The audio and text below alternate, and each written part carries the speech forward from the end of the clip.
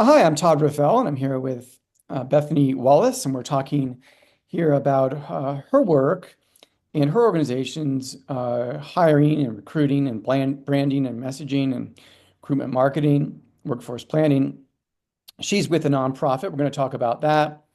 But I feel like what we're going to talk about can apply to most any organization. There's parallels that people can extrapolate from what we talk about here. Bethany Wallace's organization is called SIL Global. She's the uh, director of workforce planning. Organization has for the 4,300 plus employees in 107 countries. SIL Global is not an organization that I think many people have heard of, actually, or some people have not heard of. And so, Bethany, please tell us about SIL Global. That would be a good way to start here. What you do Sure. and what you do there. Okay. Sure. Thanks for having me. Um, so I'm the Director of Strategic Workforce Planning for SIL Global, and SIL Global is a language development organization.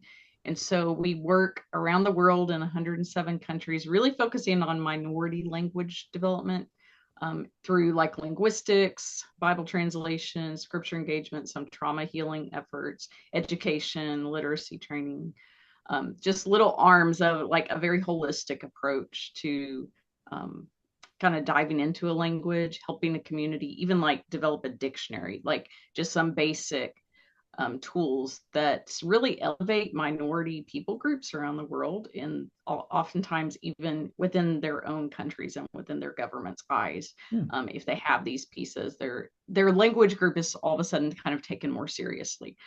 So I love what I do. We have about 4,300 staff around the world, and they're broken into regions and then teams. And so my role is to help all of them with strategic workforce planning and succession planning. Um, how that ties into Gen Z and recruitment is sort of loosely. That's something that our overarching team is working on. And we're all sort of in the research phase right now and experimenting with, let's try this approach. Maybe we like this about it and we didn't like this. So let's try this. And I have a background because of my consulting business that I have, and having worked in higher ed. Gen Z is something that's kind of been on my radar and in my research since about 2015. So Yes. I love to dig into it and talk Yeah, about it and help them.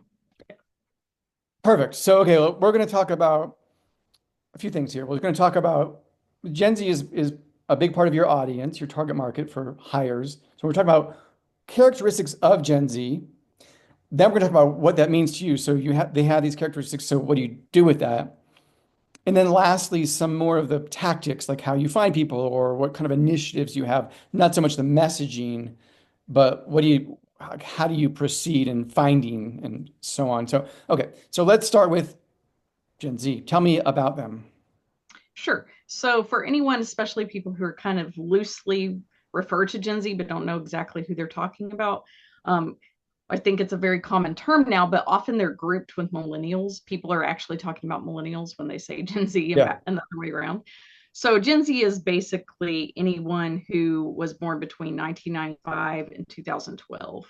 And you'll see those numbers kind of shift slightly depending on who the um, research firm is. Like Pew Research may identify them a year or two off, but that those are just good numbers to kind of use as round numbers when you're looking at the characteristics and traits, and like they fit with this group of students or this group of college grads, entry level employees. So Gen Z really, well, first of all, I wanted to say, so why should people care about this? Because I think sometimes we aren't sure why should we dive in and understand a generation, but I think it's really pivotal right now in the workforce that we understand Gen Z. If we're going to retain them, we might be able to just get them on board, but to be able to keep them, we need to understand them. And even to recruit them, I think that we have to understand who they are. And there's an aging workforce across the United States, really Yeah. across the world. So it's a pertinent need and an urgent need. And if you ever want to develop a good candidate pool, you really have to start looking at Gen Z. And if your efforts aren't working, what can you do to make them work? Okay, so Um, tell us more about them. sure. What makes them tick? So I'll tell you like some of their characteristics and also their values. So characteristic wise, Gen Z tends to be a little risk averse. Um, they will try to do what is like a safer, sure route. They're concerned about financial security. A lot of them are actually pretty good at managing budgets because they want a lot of work life balance. So they figure out, I need this much money to be able to do these things. They're digital natives, so they're great at working online and being able to interact online. Other generations maybe are not so great at that. However, on the flip side of that, they're also tagged as the loneliest generation by Cigna research, and they really just crave community. They want to actually interact with real people, and a lot of them don't have the opportunity very often, especially if they work remotely. Yeah. Um, yeah, and then so some of their values are social responsibility. They tend to be very environmentally conscious. They care a lot about diversity and inclusion in the workplace. 86% of Gen Z, according to Sapient, say that having purpose is very important to their overall job satisfaction and well-being, which is a really high percentage. And then 50% have rejected assignments or job roles based on beliefs and values. And that's the highest of any generation. So in the past, I think we were a whole lot more willing to kind of bend just so we could have employment. And this generation is not like that. Yep. I believe it. I see it everywhere. I mean, these things are, I don't really like these generalizations about generations because they're just, it's like the horoscope. Like, really? It's like a 12th of or whatever the population really the same. And like, it doesn't add up. But the generalities, I think, there is some sort of like general themes that just seem to fit through. I mean, Yeah. there was this, beach festival, this concert on yesterday on Sunday in Redondo Beach or Manhattan Beach with the Pretenders, all these groups, Jackson Brown stuff. And the way they advertised it, which is it's kind of a Gen Z audience, but anyhow, the way they advertised it was things like locally sourced food. Like those were like that was like the selling point of this con and these things you see, that's not something you would have seen 20 years ago. It's not something that even if that's something we cared about, we just wouldn't have thought about it. And Right. I had lunch on Friday with a HR leader, and she said, "Oh, I'm glad we went here because they have. I like these bowls. They're recyclable bowls. It's fine. It's a good thing, but to have recyclable bowls. I don't know that we would have thought about that Right. in a different generation. Oh, I want to go to this restaurant because of their bowls. Anyhow, Yeah. so okay, so you've described the generation. So what does that mean to you? What do you do with all that? So for me, I'm thinking if we're going to actually attract Gen Z and recruit them, so thinking about branding and recruitment marketing, then we need to make sure that we're tailoring our approach to them. And I think that's true of any generation, but especially when you're looking at Gen Z, like we know what their values are. We see what trends are in the workplace around Gen Z and around hiring. We can see what their top characteristics are. We can look at statistics. So we need to take that information and let it kind of redesign what we're doing, at least tweak what we're doing and tailor it so that it appeals to them. And it's kind of like what you were saying exactly with the recyclable bowls. Like maybe that doesn't matter to us or didn't matter to our generation as much. Yeah. But if we know that something matters to them, why aren't we looking at our organization and trying to like find the pieces about us that match with the pieces of them and putting those things together in everything like job descriptions or job postings, the recruitment marketing pieces that we develop, the way we talk to them when we're interacting with them on the phone or face to face or on Zoom, even the preferences of like they want to interact with people face to face. They really, everyone thinks because they're digital natives that they probably just prefer an email or a text or a message, but they actually like people interaction. So I think we should need to tailor what we're doing so that it fits them if we want to be an employer that's standing out. And for nonprofits, I think that's really important and important for especially for nonprofits to realize we have all the things that Gen Z wants. Most nonprofits are very purpose driven and mission minded, which is something Gen Z wants. A lot of nonprofits have a cause, and a lot of those causes are around the environment or around diversity and inclusion. Um, like even in SIL, like we reach out to minority people groups, we work with minority languages. So obviously we're widely diverse. Um, But making sure that we're making that clear when we're interacting with Gen Z or talking to them, I think is what is sometimes missing and what we're trying to work on. So nonprofits are not necessarily doing that now, other than yours, but generally you're saying that's not something they're really thinking about. I don't think so. Maybe not like as strategically as they could be, you Yeah. know. Yeah. I think a lot of times we get in ruts, especially in HR, and we can tend to write our job descriptions the same way we've always written the job descriptions, for example. And like a simple thing like Gen Z cares more about how it's going to impact them. What are they going to be doing in the role?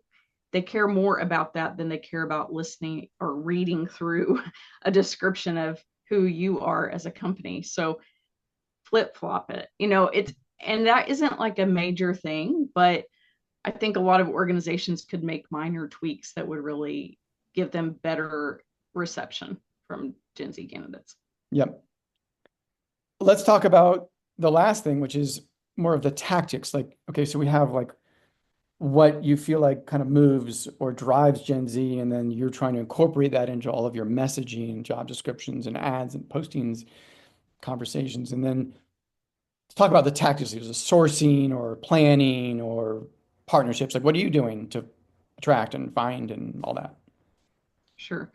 Well, currently in SIL, like I said, we're kind of in the researching, experimenting phase. So, for example, this summer we created an internship for a college student kind of on the fly. So we were throwing it together. It's very tailored to what she wants. I asked her, is there a part of the world that you feel kind of like drawn to more than another? And she told me what it was. And so I connected her with that team. And then they asked her, what things are you interested in? And then they like have created this thing for her. So really, I can't imagine anything more ideal than that. So it's not just like I'm looking at a list and I'm finding the one that's sort of, I guess that's the closest to me, you Yeah. know. So tailoring is something I think that I feel like is a big priority when interacting with Gen Z and making sure that it's an experience that because of course we want interns or apprentices or those short-term experiences to evolve into long-term employment. I mean, that would be the dream for any employer. Um, and we also partner, like you mentioned, partnerships. We are really because we have limited resources because we're a nonprofit. It's valuable for us to consider what other nonprofits are out there doing similar work or maybe work in an area that we aren't doing it, but we need those resources. We need that expertise. So how can we kind of borrow or share resources with them? And so we've been trying to look at that with, in our organization, it's a Christian ministry. And so looking at churches or looking at other ministry organizations, they don't necessarily have to be doing Bible translation, Yeah. but are they working with Gen Z? And maybe they're doing a little short-term opportunity and they could refer them to us if they want to consider longer term Yeah. opportunities. So not stepping on anybody's toes, but figuring out where the little gaps are that we can fit in or we can fit them into our gap. Is something that we're working on. And one of those organizations is JARS. I will just mention them because they've been a longtime partner of SIL, and it stands for Jungle Aviation and Radio Services. What is that? um, What do they do, or how do you work with them? so they work around the world in the same places that we work, basically providing transportation and radio, especially in areas like the Congo, where there's a lot of terrorist organizations and also lack of proper roadways. So the best way in and out to visit like a minority people group is through a helicopter. Um, so sort of providing some of those communications solutions and then transportation solutions is what they do. And they have done a fantastic job for the last 5 years of, they call it next gen initiatives. But I guess that's kind of smart because it could cover Gen Z and then later it can cover Gen Alpha. But they've done a great job with developing internships, apprenticeships, a fellows program that's sort of like in between length between an internship and an apprenticeship and paying them like minimum wage basically. They have provided a lot of sense of community because they have housing. Mm. So the Gen Z students who come feel like it's like almost a gap year between college and adulthood, because they still get to live in a community in the same place, but they are working and gaining some real world experience, building their resume and all that kind of stuff. So they've done a really good job, and we love partnering with them. There's other organizations doing great things too, all over. Arise Asia is one I'll just mention. They are working really hard to recruit Gen Z in other countries, which I think is really interesting because that's definitely not my expertise. But it's fascinating work that they're doing, and there is some overlap. All around the world, Gen Z are digital natives, so a lot of those common themes you're going to see no matter what the cultural context is. It's interesting. I was just thinking about, you mentioned the retention that, you offering like something that can lead to something more permanent. And then you talked before about work-life balance being a priority or being a core value, which is interesting because we also keep reading about job hopping, right? And short job tenures, and they don't even think about how long they stay at a job. It's just a short job for them. Those things seem a little different, right? Job hopping and work-life balance and secure job security. I don't know. Um, Yeah, yeah, that is something that I should mention is and this is you can see this in research too, that Gen Z is not interested in mostly they're not interested in like having a long-term view of taking a job and planning on staying there for 30 okay. years. There's not a sense of like loyalty to organizations anymore. And I think we saw that with millennials as well, but definitely with Gen Z, they're more interested in building their own resume and like developing their own career path. And if your organization benefits them or fits into that path, then great. But sometimes they may have like checked that box, and so they're ready to move on, and without a sense of, oh, I feel bad about leaving. Right. But that's one thing. Like JARS, the person over their Next Gen initiatives is Paige Williams, and she was telling me that that's why they've kind of developed these shorter paths, but that you can go from being an intern to a fellow to an apprentice. And by the time you finish some of those shorter term experiences, you might actually be more interested in serving long term. Yeah. And so that's really beneficial for them. And I feel like one of the benefits for nonprofits too is we don't have things like that larger corporations have. So most of us can't pay for Handshake, which is Yeah. a platform for in higher ed for employers and college students. But we can reach out and personalize our recruiting effort. And so really sometimes that effort of just being able to tailor things and make things more one-on-one is what Gen Z values more than something flashy and impressive. Reach out and personalizing your recruiting effort. That's something I think that anyone listening here, whether they're a nonprofit, school, education, government, or for-profit company, I think could even do more of. So thank you, Bethany Wallace. If you missed it, it's called SIL Global is the organization she's with, and she's the strategic director of workforce planning. Correct? Mm-hmm. Bethany Wallace. Thank you. I'm Todd Raffel, and that's it. Thank you Thank all. you.